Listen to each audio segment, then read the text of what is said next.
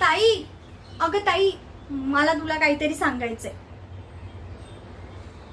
हे बघ ताई, तुझ्या मागे तुझ्या घरात काय काय घडतंय हे तुला माहितही नाहीये.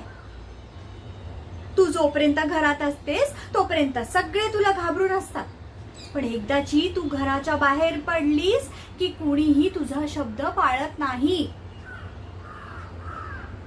अजून कोण? अगं तो धाकटा चिरंजीव, त्याच्यामुळे सगळे शेफारलेत बघ. आता बघ ना, जर मी या घरात नसते तर तुला कोणी सांगितले असते का ह्या सगळ्या गोष्टी?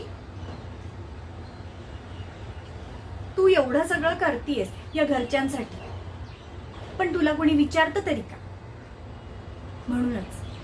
म्हणूनच थांबलीये मी इकडे, फक्त तुझ्यासाठी, माझ्या ताईसाठी. अगं तू काळजी करू नको, तुझं असं कोणीतरी हवं की नको. म्हणूनच मी आणि हे, आम्ही दोघेही आहोत तुझ्यासोबत, अगदी कायम.